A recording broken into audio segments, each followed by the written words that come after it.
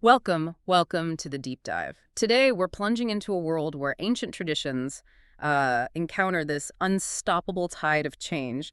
We'll be exploring Chinua Achebe's foundational novel, Things Fall Apart, a book that really fundamentally reshaped how African narratives are told. Absolutely. It's a landmark. You've shared a wealth of excerpts with us, and our mission for this deep dive, well, it's to extract the most important nuggets, those surprising facts maybe, and the profound aha moments that bring this incredibly rich and tragic story to life for you. Indeed. And Achebe's profound intent with Things Fall Apart, it was to describe what he called primitive society from the inside. He wasn't interested in that sort of superficial Eurocentric gaze at all. Right, he wanted authenticity. Exactly. Yeah. This deep dive is about understanding the intricate social, cultural, and yes, profoundly personal dynamics of a vibrant society, the Igbo people before, and crucially during their dramatic encounter with external forces. So we're tracing that unraveling. We'll meticulously trace how the very fabric that held them together begins to unravel, ultimately leading to a powerful, tragic demise. It's about seeing a world through its own eyes, then watching it fracture. Okay, let's truly unpack this. Our journey begins in the powerful and deeply respected clan of Umuofia, a place that strikes a particular kind of fear into its neighbors. They had a reputation. They were renowned for their prowess in war, and perhaps surprisingly for some, even for their potent magic. It's a society built on strength and tradition. That's right.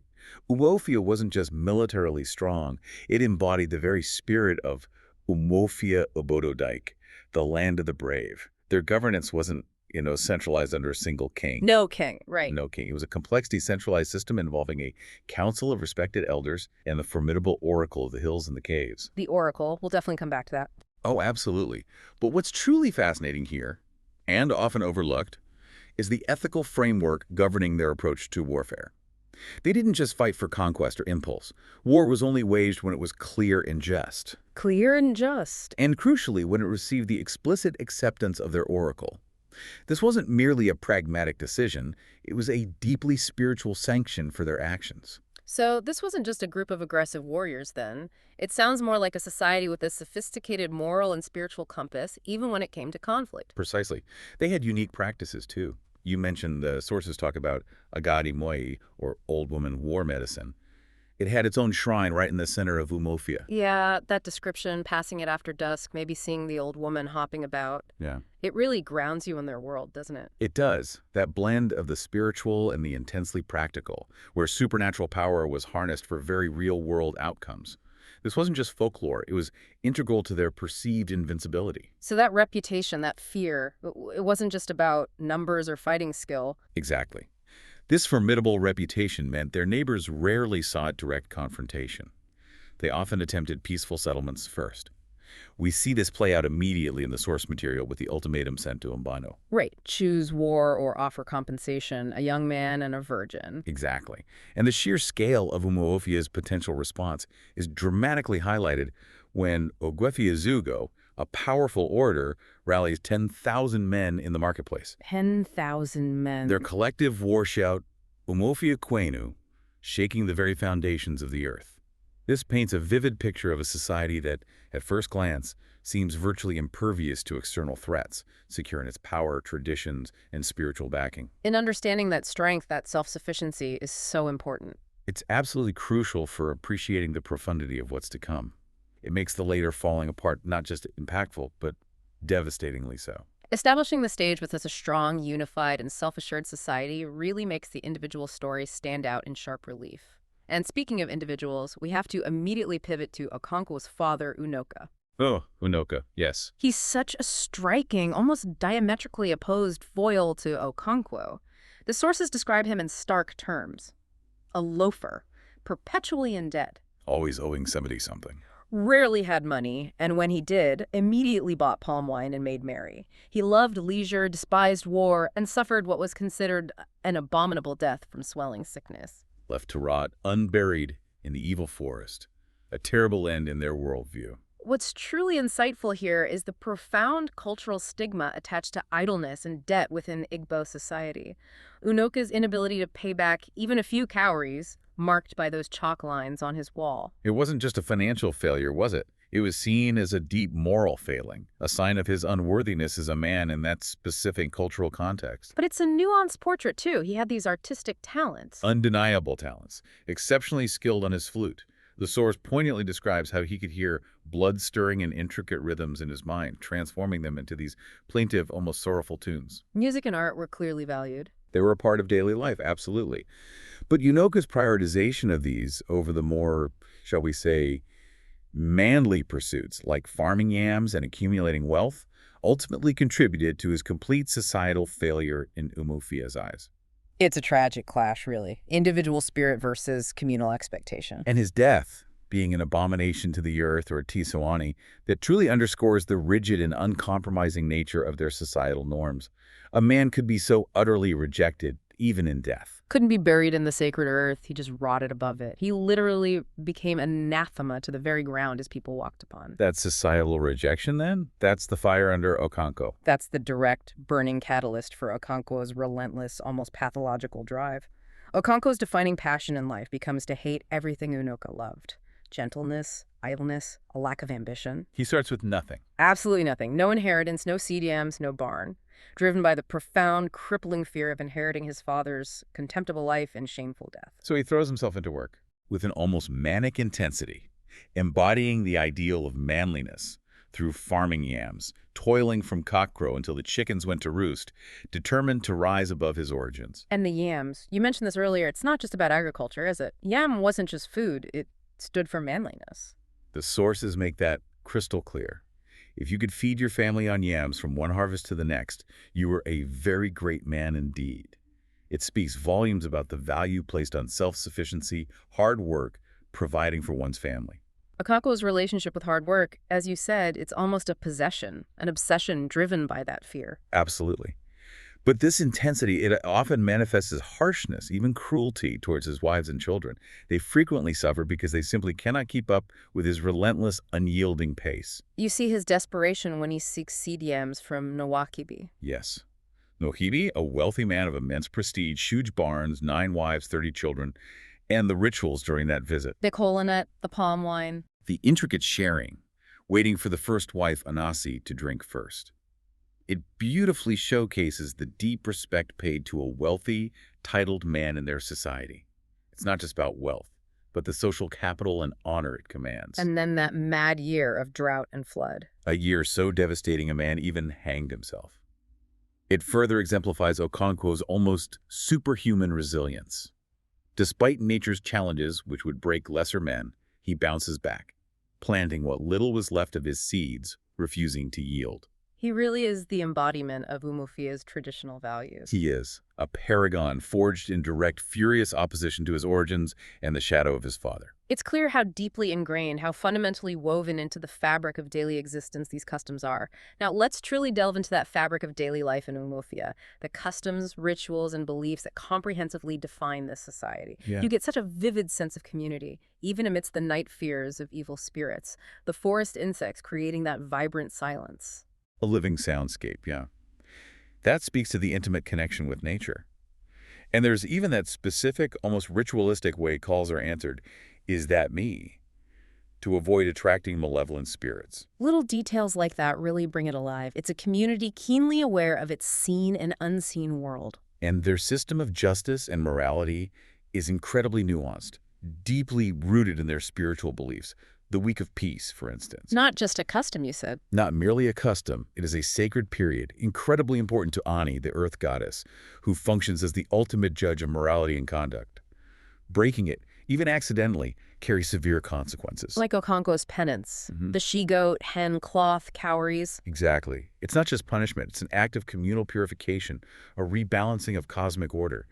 Yet, what's truly insightful is that customs also possess a degree of fluidity. They evolve. How so? This is explicitly shown by the stopping of the practice of dragging a man to death for breaking the peace. Why? Because it spoiled the peace which it was meant to preserve. It reveals a practical, almost utilitarian side to their moral compass, a desire for efficacy and true communal well-being. So their morality isn't just rigid dogma, it's adaptive, serving the greater good. And the Oracle of the Hills and the Caves, Agbala, undeniably central. Absolutely central to their religious practice, their very worldview. People will come from far and near, from all 9 villages and beyond, to consult it for misfortune, to settle disputes, or to peer into the future. And the process of consulting it, crawling through that hole in the hill. Into a dark, echoing, endless space, where the voice of the oracle would emerge, often from the priestess, Kielo, who was the sole conduit, the only one who had beheld Abdallah. The sheer physical act of entering that space, the eerie atmosphere, underscores the profound reverence and fear surrounding this spiritual authority. The oracle embodies their deep, almost visceral connection to the spiritual world, Influencing every conceivable aspect of life, from personal dilemmas to matters of war. And then there are the vibrant festivals. The Feast of the New Yam the New Year celebration. marks the New Year, a celebration of profound importance, honoring Ani, the earth goddess, and the ancestral spirits, symbolizing fertility and abundance. It's a time of immense joy, characterized by disposing of old yams, the meticulous washing of pots, offerings of new yams. Even Okonkwo participates, right? Though maybe reluctantly. He does, though perhaps not with the same unbridled enthusiasm as others. It highlights his personal struggle against the very traditions he embodies, his discomfort with idleness. It's a truly complete cultural immersion, a world unto itself. We also see the palpable excitement and communal spirit of events like the wrestling matches on the ILO, the village green. Oh, the wrestling. Oh. The drummers aren't just musicians. They're described as being possessed by the spirit of the drums, creating this almost trance-like, intensely rhythmic atmosphere that electrifies the crowd. And the sacred silk cotton tree nearby. Believed to be the dwelling place of the spirits of good children, waiting to be born. The wrestling itself isn't just a sport. It's a display of communal strength, male pride, and the vigor of the youth, tying individual prowess directly to the collective identity of Umufia. And the Yuri ceremony, the bride price payment, you pointed out it's specifically called a woman's ceremony. Yes, which is insightful. While men certainly participate, the focus is undeniably centered on the bride and her mother, with feasting and celebration extending late into the night. And the 50 pots of palm wine. Brought by the suitor's family, signaling deep respect and wealth. It's not just about financial transaction. It's a public display of honor towards the bride's family, especially her mother's lineage. And the description of the bride, a kuke. Adorned with her elaborate coiffure, cam wood, uli patterns. It offers a beautiful, intricate glimpse into their aesthetics and the careful rituals that bind families and communities. It subtly reveals the crucial, often underappreciated role of maternal lineage in a society that, on the surface, appears purely patriarchal. Shows a delicate balance of power and influence. And we can't forget the foundational role of oral traditions. Folk stories, like the tortoise story. The tortoise at the feast in the sky. Yeah. Yes. Or the mosquito in Eartail. Told by mothers to children under the moonlight, they are far more than just entertainment. They're teaching tools. Crucial pedagogical tools, conveying cultural values, lessons on cunning, the consequences of greed, the importance of community, the tortoise story, for instance. Where he tricks the birds to get all the food. Exactly. He's known for his cunning and appetite, convinces the birds to take new names, then claims the name all of you, ensuring he gets to eat everything first. It's not just a tale of wit, it's a complex moral allegory about ego, deception, and the eventual consequences of self-serving actions. So this intricate, harmonious, ordered world. This elaborate harmony and established order of Umuofia's traditional world, so richly detailed, makes the subsequent disruption not just painful, but truly devastating, because we understand precisely what is being lost. That's a perfect segue into the seeds of change, beginning with the intensely personal and communal tragedy of Ikemefuna. Ikemefuna, the doomed lad, sacrificed by Mbino to Umufia to prevent war. He lives with Okonkwo for 3 formative years. And he becomes like an elder brother to Unwoi. Truly. Kindling a new fire in him, a spark of awakening that Okonkwo actually misinterprets, thinks Moye is becoming more manly in the way he understands it. Yes, and Moye, who had previously preferred his mother's hut and her stories, now starts listening to Okonkwo's masculine tales of war. There's a real bond forming. A beautiful bond. But despite Okonkwo's undeniable, if unspoken, affection for Ikemefuna, the oracle decrees his death. And Okonkwo, he kills him. He does. Driven by his profound, deep-seated fear of weakness, of being perceived as womanish like his father, he ends up killing him himself, even though an elder, Izoidu, explicitly advised him not to participate. It's a truly heart-wrenching moment. Betrayal and conformity. Brutal conformity. And this act marks a truly significant personal turning point for Okonkwo.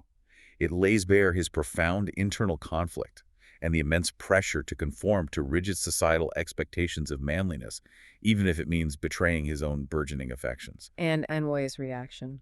Something seemed to give way inside him, like the snapping of a tightened bow. It isn't just emotional, it's a visceral, almost physical description of a foundational belief breaking. It foreshadows his later rebellion and deep alienation from his father and his traditions. And Obirika, Okonkwo's friend, he questions it immediately. He does. Obirika says with clear moral authority that if the oracle said his own son should be killed, he would neither dispute it nor be the one to do it. It underscores the clan's own internal struggles with the absolute nature of their justice. And the tragedy, both personal and communal, doesn't stop there. Right after this, Okonkwo commits an accidental crime. Yes, at the funeral of Izudu, the very elder who had warned him about Ikemefuna. Okonkwo's ancient gun explodes during the celebratory firing, accidentally killing Izudu's 16-year-old son. And this is considered a female Ochu, involuntary manslaughter, distinct from male Ochu, which is intentional killing. That distinction is crucial, isn't it? Absolutely crucial in the Igbo judicial system. It highlights their sophisticated understanding of intent versus outcome. As punishment, Okonkwo and his family are exiled to his motherland, Mbanta, for 7 years. And his compound is destroyed. Burned, belongings destroyed not out of malice or personal vendetta, but as a ritualistic act to cleanse the land, to purify it of the blood spilled. Exile as a social death. A profound form of social death, contrasting sharply with physical death. Obirika, again, he's the voice of reflection. He mourns and questions the system. Why should a man suffer so grievously? For an offense he had committed inadvertently. He powerfully connects it to his own twin children, whom he had to throw away, asking the haunting question, what crime had they committed? It highlights the system's inflexibility. It does. It illuminates the seemingly inflexible aspects of the clan's justice system that, despite their inherent logic, may struggle to adapt to new, unforeseen challenges. It reveals internal cracks, even before the full force of colonialism arrives. So this forced displacement becomes this unexpected period of reflection, maybe, setting the stage for encountering these new forces. Exactly. And it's in Mbanta that we meet Ukendu, Okonkwo's maternal uncle. He provides some much-needed wisdom when Okonkwo is just consumed by despair. Ukendu explains the proverb, Nika, mother is supreme. Nika. It refers to the dual complementary importance of paternal and maternal lineages in Igbo society.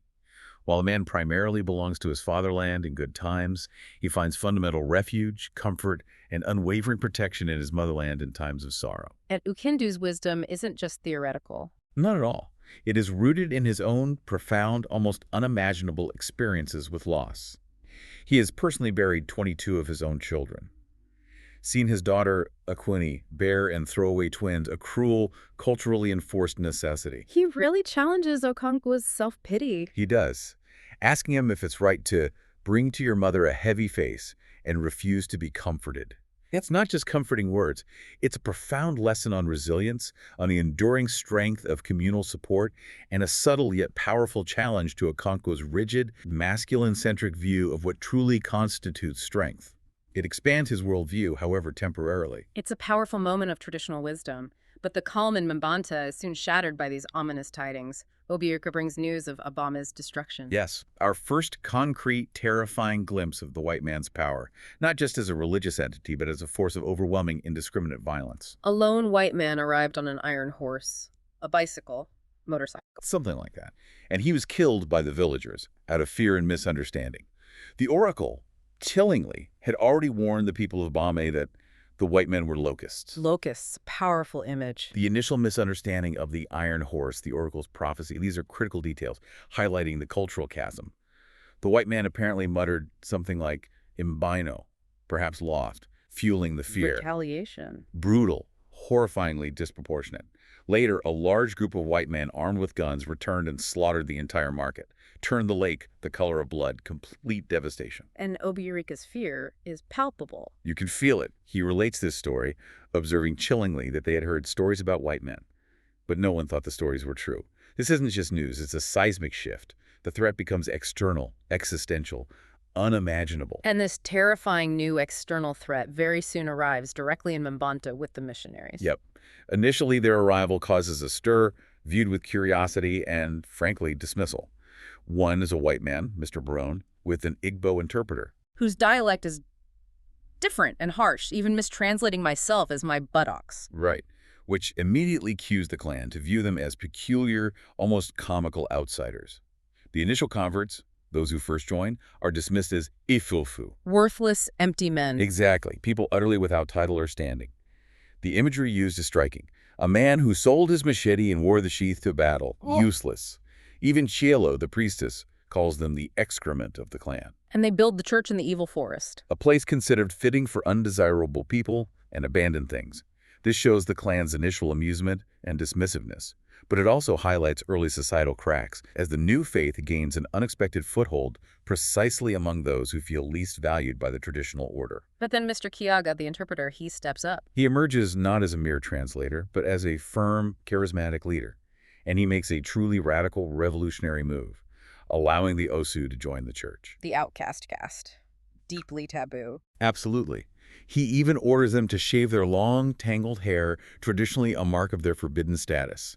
This isn't just charity. It's a direct, frontal challenge to deeply ingrained societal taboos. And this gives the church power. It's where the church truly begins to gain power and influence.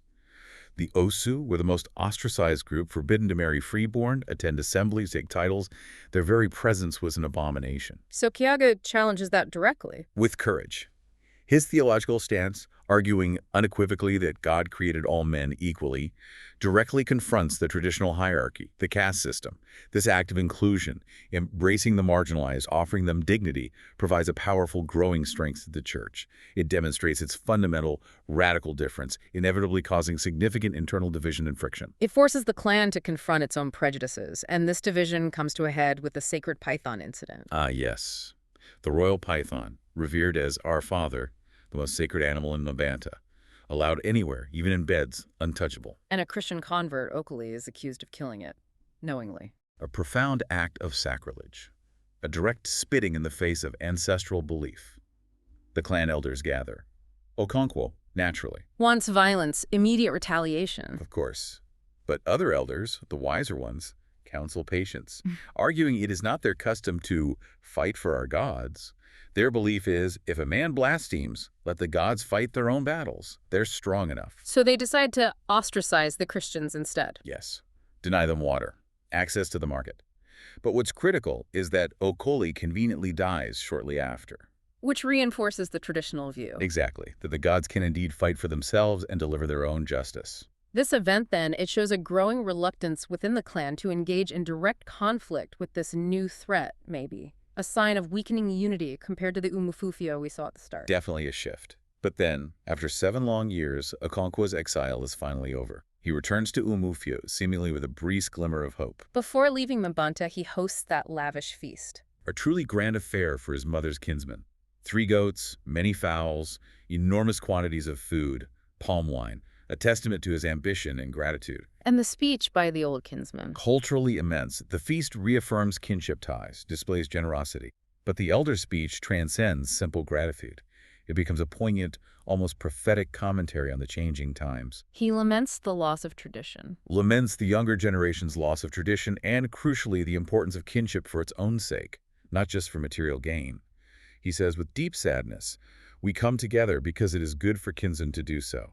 It is the fear of that which is yet to come that has made us all that we are. A subtle warning. A subtle yet powerful warning about the erosion of intangible communal values, the bonds that truly hold a society together even as external forces loom. But Okonkwo seems to miss that deeper message. He does. He returns to Umuofia with a renewed, almost desperate sense of purpose, believing he can restore his lost prestige and the good old ways, setting up a tragic collision with the dramatic changes already underway in Umuofia during his absence. And those changes were largely orchestrated by Mr. Brown, the first white missionary there. His approach was different. Far more cunning, more strategic, and ultimately more effective than brute force. He was firm in his faith, but wisely restrained his flock from provoking the clan. He focused on dialogue. Prioritized dialogue and understanding. Even made a concerted effort to learn about Igbo religion from respected elders like Akuna. Not just idle chat.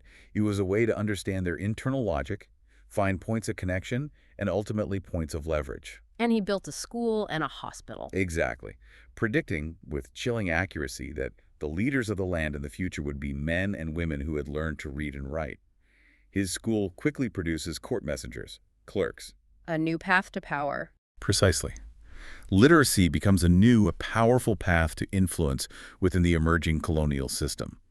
This approach subtly undermines traditional power structures through education and economic opportunity, rather than overt force. It makes the threat almost invisible until it's too late. But then Mr. Brown is replaced by Mr. Smith, a very different character. Stark contrast. Mr. Smith is rigid, uncompromising, a fundamentalist missionary who condemns all compromise and is utterly contemptuous of native beliefs. And he encourages the zealous converts, like Yes. Enoch. Enoch, the volatile son of a snake priest, rumored to have killed and eaten the sacred python himself.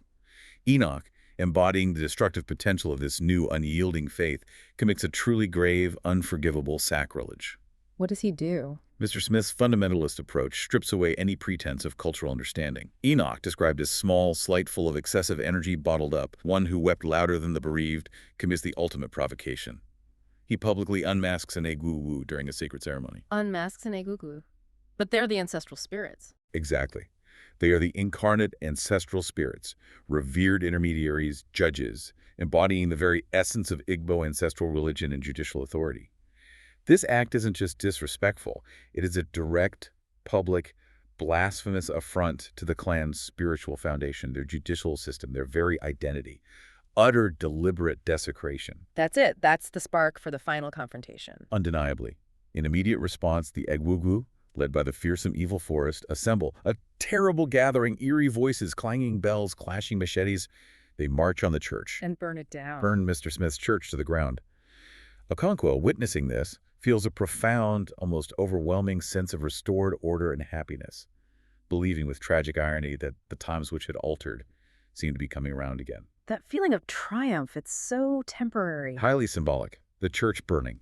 A visceral rejection of foreign influence, a reclaiming of traditional power. But Okonkwo's momentary triumph is deeply poignant because it's so fleeting, so misplaced. And the clan prepares for retaliation, remembering Abame. Displaying a newfound pragmatism. But while this act is a victory for tradition in that moment, it also directly provokes the overwhelming response of the colonial government, setting the inevitable stage for the true, irreversible falling apart. And the response is swift and brutal. The district commissioner, the DC. A man utterly devoid of cultural understanding. He summons the 6 most prominent leaders of Umuofia, including Okonkwo, for a seemingly benign palaver. A discussion. This trap. A ruthless deception. Despite initial warnings, they go. The DC has them handcuffed, their heads forcibly shaved by his kotma, court messengers. The ashy buttocks. Contemptuously nicknamed that by the villagers. They taunt them, starve them for days, beat them, ultimately demanding an extortionate fine of 200 bags of cowries. Which the messengers inflate to 250. For their own profit.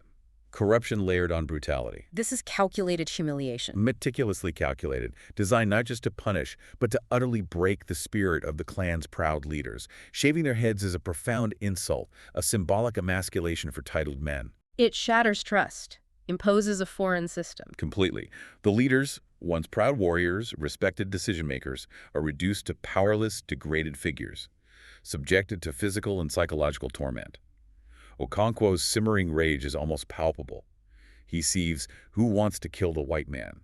The question, for him, has become inevitable. Upon their release, Okonkwo is just choked with hatred. He wants vengeance. Immediate, bloody vengeance. Yeah. He remembers past glories, the war against Isaac. He views any hesitation now as cowardice, particularly from men like Igonwan. The one with the sweet tongue, advocating peace. Trying to turn fire into cold ash. For Okonkwo, this is betrayal. Pure and simple. It highlights his inability to adapt. His tragic inability to adapt to this new reality. His worldview is clear-cut battles, valor, strength. He struggles to comprehend a conflict where the enemy isn't just external, but is infiltrated, converting their own brothers. That dilemma, fight your own or succumb. An impossible schism within the clan. A deep, irreconcilable division making unified resistance nearly impossible. This is the agonizing, painful moment of the very falling apart Achebe describes. The knife truly plunged into the bonds of kinship. And so the men gather for a final assembly, a desperate meeting. Okika, one of the imprisoned leaders, gives a powerful, impassioned speech, invokes the weeping gods, the shameful sacrilege they've endured. He acknowledges the awful reality. Fighting the stranger means fighting their own brothers. Courageously acknowledges it. He urges them with fierce desperation to root out this evil and bail this water now that it is only ankle deep before it drowns them all. It's a plea to reclaim their agency, despite the cost. A desperate, almost elegiac plea. His language, "All our gods are weeping, our brothers have deserted us," paints a stark, agonizing picture of their no-win situation. He crystallizes Obirika's earlier observation. The white man has put a knife on the things that held us together. This meeting sets the stage for the end. The tragic stage for Okonkwo's ultimate defining act, showcasing the profound despair and internal fragmentation of a once proud, unified people. The choice is impossible. And then, the tragic, inevitable culmination. During the assembly, as Okika speaks, the white man's messengers arrive. Arrogant, dismissive, to abruptly stop the meeting.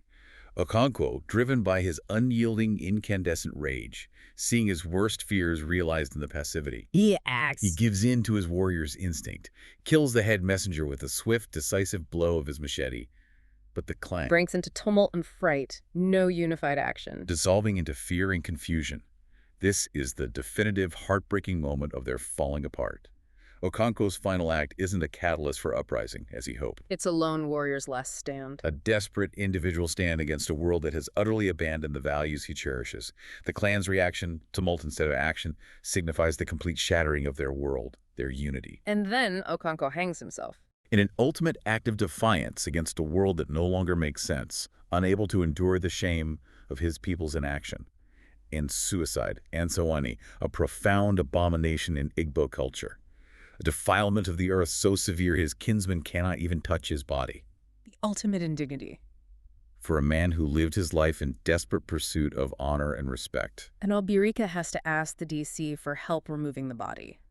Humiliating. Poignant, humiliating. Okonkwo's death isn't just personal tragedy, it's symbolic for the entire clan. The collapse of their traditional values, their collective will, the shattering of their world. Which brings us to reflecting on this fall. And the DC's perspective. Chilling. The ultimate irony and profound dehumanization. Upon seeing Okonkwo's body, the DC thinks only of it as a curious incident, a fitting end to a single paragraph in his plan book. The pacification of the primitive tribes of the Lower Niger. Pacification. He reduces Okonkwo's complex life, his towering ambition, crippling fears, desperate struggle, tragic death, to a mere footnote, an anecdote in a patronizing, self-serving colonial narrative. It's utterly chilling. It highlights that colonial mindset. Reinterpreting violence and subjugation as pacification. Dismissing rich, complex cultures like the Igbo as primitive. A stark, brutal contrast between the internal, lived experience, teeming with nuance, and the external, simplistic, dehumanizing narrative imposed by the colonizers. That's Achebe's powerful critique. It brings us back to Obirika's lament, uttered much earlier but now tragically realized. The white man has put a knife on the things that held us together, and we have fallen apart. Not just a metaphor. Devastatingly real. Realized in Okonkwo's death and the clan's utter inability to respond as one, the knife plunged not just through force but through the insidious spread of a new religion dividing families, a new government undermining traditional authority, a new economic system creating new paths to power. Systematically dismantling everything from within. Social cohesion, traditional authority, shared identity, gone. That metaphor, the knife, it perfectly encapsulates how the arrival of the white man, through this multi-pronged approach, religion, government, economics, systematically and subtly dismantled the social cohesion, the authority, the very identity of the Igbo people. It really leaves you pondering what is lost when a culture falls apart. Not just political autonomy, but generations of knowledge, intricate social structures, unique spiritual beliefs, individual identity itself, replaced by a foreign, often dehumanizing framework. And ultimately, Achebe wrote, things fall apart to counter those prevailing Eurocentric narratives, the ones depicting African societies as barbaric, simplistic, lacking history. He wanted to show their dignity, their complexity. Exactly. Portray African societies with dignity, their own internal logic, strengths, weaknesses, revealing the human qualities common to men of all times and places. The book is described as a rich storehouse of never-to-be-recaptured truth, a testament that every culture possesses a full, complex humanity. And it absolutely succeeds. This deep dive has shown us the profound nuances of Igbo life, its internal strengths and weaknesses, and those universal themes: ambition, fear, tradition, change. It makes you consider how easily those intangible bonds, the very things holding a community together, can be severed. It raises an important question for us today, doesn't it? In a world increasingly interconnected where different cultures and systems constantly interact, how do we ensure that these new encounters don't become another instance where things fall apart? But rather an opportunity. An opportunity for mutual respect, genuine understanding, and maybe even a celebration of what truly holds diverse communities together. A powerful thought to ponder as we navigate our own complex world. Thank you for joining us on this deep dive into Chinua Achebe's Things Fall Apart. It's been a fascinating discussion. We hope it inspires you to continue your own deep dives into diverse perspectives and historical accounts, seeking out those complex truths. Until next time.